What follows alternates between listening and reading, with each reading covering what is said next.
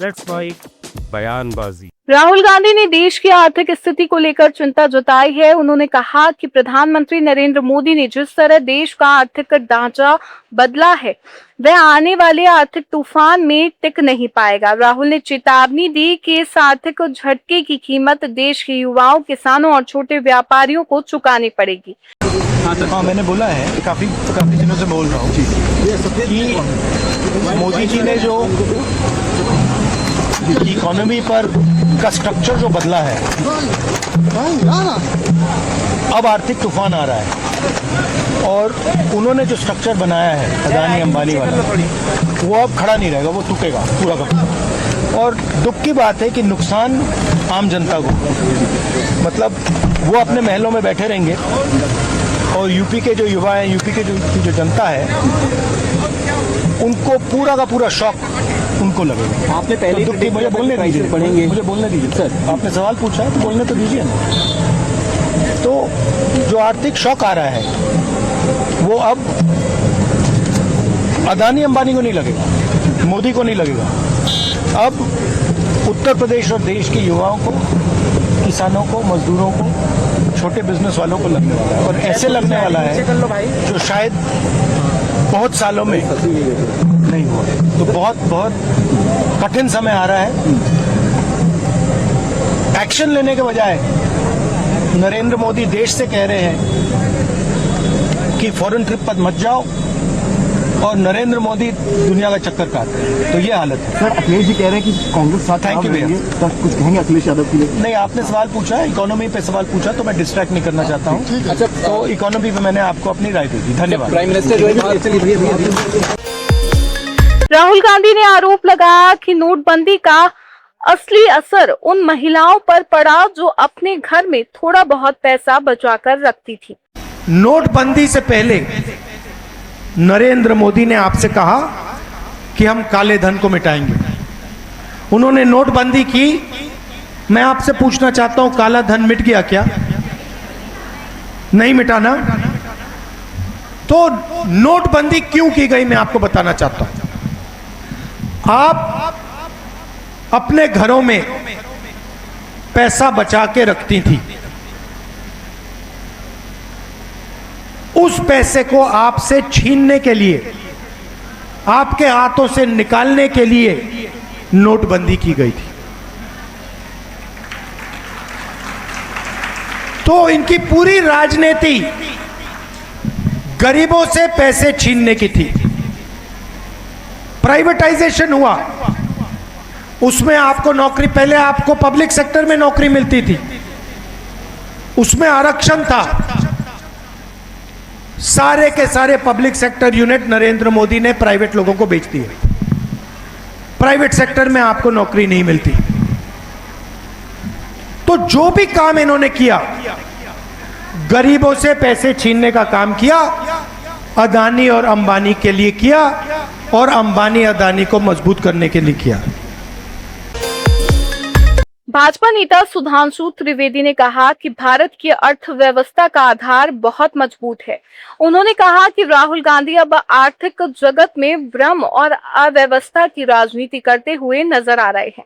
प्रधानमंत्री श्री नरेंद्र मोदी जी के नेतृत्व में भारत की अर्थव्यवस्था इन गंभीर चुनौतीपूर्ण वैश्विक परिस्थितियों में किस रूप में आगे बढ़ रही है, उसका प्रमाण है 16 अप्रैल 2026 को इंटरनेशनल मॉनेटरी फंड की चीफ क्रिस्टलिना जॉर्जिएवा ने कहा है कि भारत की वैश्विक जो ग्रोथ है वो वैश्विक ग्रोथ की 2 गुनी अधिक गति से बढ़ रही है। ये इसलिए बढ़ रही है कि भारत की इकोनॉमी के फंडामेंटल्स स्ट्रांग हैं, अर्थात भारत की आर्थिक व्यवस्था का आधार बहुत मजबूत है। परंतु राहुल गांधी जी, जो कि अभी अभी अपनी विदेश यात्राओं के खर्चे के भुगतान संतुलन में बुरी तरीके से फंस गए हैं और जो विगत लंबे समय से भारत में भाषाई, क्षेत्रीय और जातिगत अराजकता उत्पन्न करने में असफल हो गए हैं, वो अब आर्थिक जगत में भ्रम और अव्यवस्था की राजनीति करते हुए नजर आ रहे हैं। मैं कांग्रेस पार्टी से पूछना चाहता हूं कि यदि भारत की अर्थव्यवस्था इतनी सुदृढ़ गति से चल रही है और विश्व के प्रमुख आर्थिक संगठन प्रधानमंत्री मोदी जी के नेतृत्व की अर्थव्यवस्था में यह सकारात्मक संकेत दे रहे हैं। पश्चिम बंगाल के सीएम शुभेंदु अधिकारी ने कहा कि अगर किसी ने पुलिस पर हमला किया तो उसके खिलाफ सख्त एक्शन होगा। उन्होंने चेतावनी दी कि अब ऐसी घटनाओं को बर्दाश्त नहीं किया जाएगा। पुलिस लोग इंजर्ड होगा और पुलिस मंत्री एसी रूम में बैठ के देखेगा, ये सब दिन होती। पास्ट इज पास्ट, छोड़ दीजिए। अभी गुंडागर्दी बंगाल में खत्म, 0 टॉलरेंस। मैं ऑन स्पॉट आकर उनको साथ मुलाकात किया, नहीं बुला के बात किया। ये मैसेज जो उपद्रवी है उनको भी ये मैसेज चला जाना चाहिए। ये सरकार अपने कार्रवाई करेगा, ये सरकार देखना है, सोचना है में नहीं। शिवसेना के सांसद संजय राउत ने भाजपा पर तंज कसते हुए कहा कि जय श्री राम बोलिए, तेल का दाम कम हो जाएगा, नौकरी मिल जाएगी। राउत ने कहा कि यही बीजेपी का मंत्र है। का भाव बढ़ गया है हफ्ते में। दूसरी बात ये डॉलर का भाव भी 37 रुपया हो गया है 20 रुपये कितना हो गया, 30 रुपया महंगा हो चुका है क्या डॉलर का। अब तो डॉलर पूरा देश का रुपया तो पूरा लुढ़क गया, अभी 100 पार हो गया ना। हाँ, 5 रुपया बढ़ गया वापस। हाँ। तो उसमें नई बात क्या है, ये तो होने वाला ही था। उसको महंगाई खा रही है, मार रही है। ये अगर भाजपा के लोग हैं तो जय श्री राम बोलो, 10 रुपया कम हो जाएगा।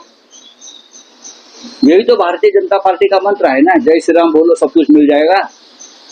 तो जिनको लगता है कि बहुत महंगाई हो गई, अब घर कैसा जलेगा, चूल्हा कैसा जलेगा, और मैंने तो बीजेपी को वोट दिया है, तो आराम से बैठो सब लोग एक साथ, और मोदी जी के घर के सामने जाकर या मुख्यमंत्री देवेंद्र जी के घर के सामने जाकर जय श्री राम के नारे दीजिए, सब कुछ सस्ता हो जाएगा। ये भारतीय जनता पार्टी का महंगाई कम करने का मंत्र और तंत्र है, कर लीजिए।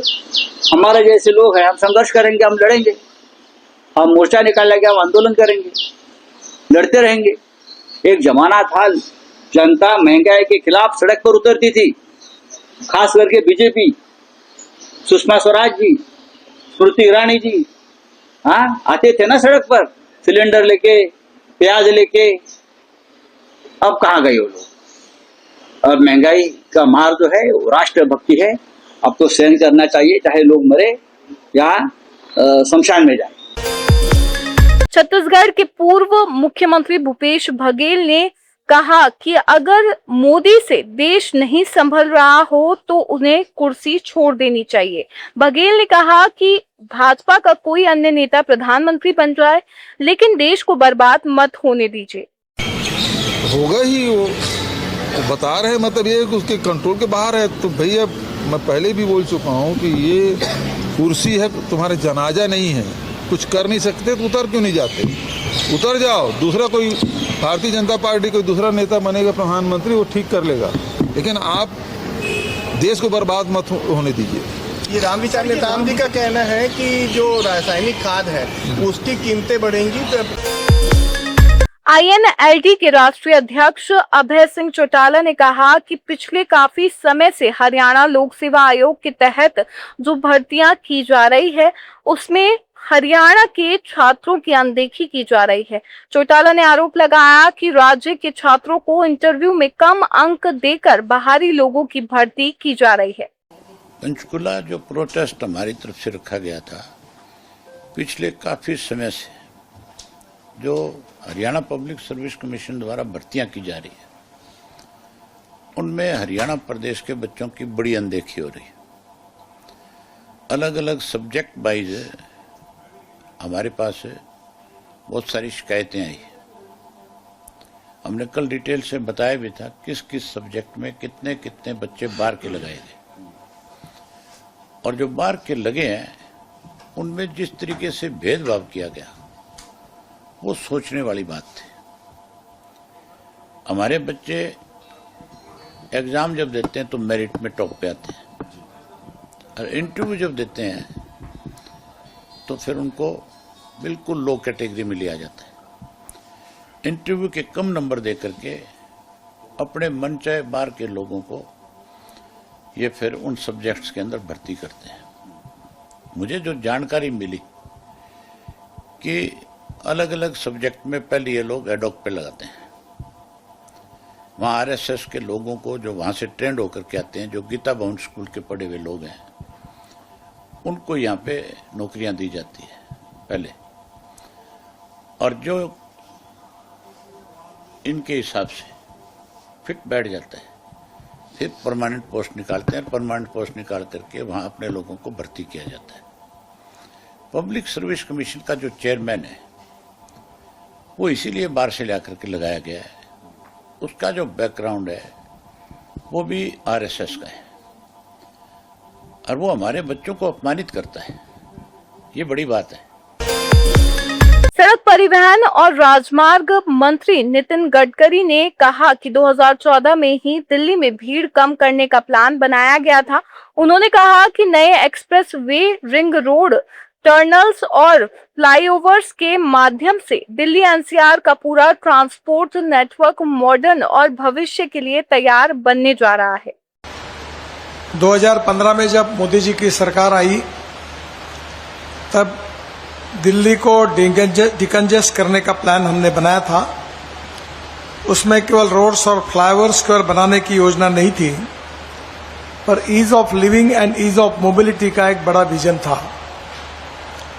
और उसी लक्ष्य में दिल्ली एनसीआर में हमारा जो प्रवास है वो सुगम हो, तेज हो, सुरक्षित हो और पोल्यूशन फ्री हो और हसल फ्री हो, यही हमारा उद्देश्य था। नए expressways, ring roads, tunnels, elevated corridors के माध्यम से दिल्ली एनसीआर का पूरा ट्रांसपोर्ट नेटवर्क मॉडर्न और फ्यूचर के लिए हम रेडी बनाने जा रहे हैं। इससे फ्यूल का सेविंग होगा, पोल्यूशन का रिडक्शन होगा, लॉजिस्टिक इफिशिएंसी बढ़ेगी और इकोनॉमिक ग्रोथ को एक साथ गति मिलेगी। अभी हम जा रहे थे तो मुझे हमारे सांसदों ने बताया कि जो रोड बनने के पहले कीमतें थी, जो आज एकदम 4 गुना 5 गुना कीमतें बढ़ गई और यहाँ की विकास की गति काफ़ी तेज हुई और नए नए रोजगार के अवसर यहाँ निर्माण हुए। ये जो दिल्ली एनसीआर में आने वाले वर्षों में वर्ल्ड क्लास ग्रीन, सस्टेनेबल और सीमलेस मोबिलिटी नेटवर्क का ये उदाहरण भी बनेगा। टोटल हम लोग काम कर रहे हैं, उसमें रोज नए नए काम ऐड भी हो रहे हैं। महाराष्ट्र के उप मुख्यमंत्री एकनाथ शिंदे ने कहा कि गृह मंत्री अमित शाह ने छत्तीसगढ़ में नक्सलवाद का खात्मा किया है। शिंदे ने कहा कि नक्सलवाद से मुक्ति के बाद राज्य में विकास का रास्ता खुलेगा। केंद्रीय गृह मंत्री अमित भाई छत्तीसगढ़ में जो उन्होंने नक्सलवाद का खात्मा किया है और बस्तर जिले में जो पूरी तरह नक्सल मुक्त छत्तीसगढ़, उनका संकल्प है कि नक्सल मुक्त भारत, जो संकल्प उन्होंने किया है उसमें वो कामयाब हो रहे हैं। ये हमारे देश के लिए बहुत ही अच्छी बात है, ये बड़ी अचीवमेंट है, क्योंकि नक्सलवाद से डेवलपमेंट रुकता है। अब डेवलपमेंट होगा, वहाँ के पूरा विकास होगा, लोगों को रोजगार मिलेगा, वहाँ पर शिक्षा, स्वास्थ्य सभी क्षेत्र में अच्छा काम होगा। और ये बहुत बड़ी चुनौती थी और जिन्होंने हमारे पुलिस विभाग के जवानों ने जो शहादत दी है, उनको भी एक प्रकार की एक सम्मान उनका हुआ है इस नक्सलवाद को खत्म करने से। इसलिए मैं हमारे फौलादी इरादे रखने वाले गृह मंत्री अमित भाई का अभिनंदन करता हूँ, उनको बहुत बहुत शुभकामनाएं देता हूँ कि उन्होंने जो कहा है वो करके दिखाया है। आप सुन रहे थे let's mind modern radio. Follow कीजिए हमें हमारे सोशल मीडिया प्लेटफॉर्म्स पर। It's time for news. It's time for Modern Radio. Presenting the first radio news app, Let's Mic. Let's Mic, a news-based app on your phone where you get to watch and listen news, talk shows, interviews, radio show podcasts. On Let's Mic, you get all relevant information of TV, print, radio, podcast.